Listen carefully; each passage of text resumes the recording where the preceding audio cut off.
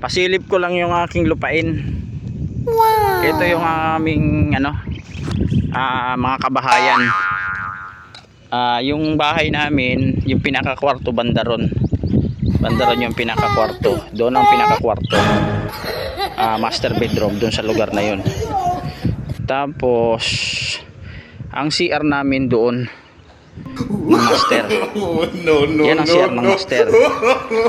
Tapos ang kusina doon sa dulo. Yun. Ayan. Tapos kung pupunta ka sa balcony dito guys, dito yung balcony.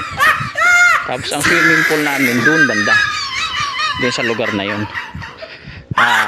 Yung may nyuga na yun, nandun yung swimming pool. Yan, yan. Mayroon kaming dyan, lanay, tsaka swimming pool. Tapos doon guys, ang namin, living area. Sa area na yun. Yan, living area yan. Tapos ang dining namin dito guys. Dito sa likod nito, doon ang dining. Kaya napakalawak talaga ng lupain namin dito. Sa loob pa lang ng bahay namin,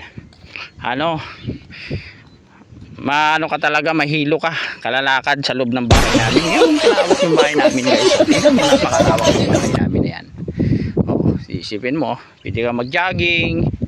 Kaya kung tayng-tay ka na guys, mula dun sa master papunta rito, ayan, sigurado sabog na utot mo dyan pagdating mo dyan.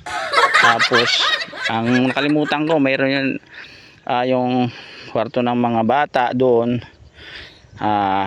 yung panganay ko. Tapos doon naman yung bunso ko. So ano lang sila, magkadikit lang, hindi siya ganun ka layo yung lalakarin mo saka para ka, talagang dikit lang yung nila, yung kwarto nila. So yan lang muna guys ang update ko dito sa bahay namin ha. Bye bye.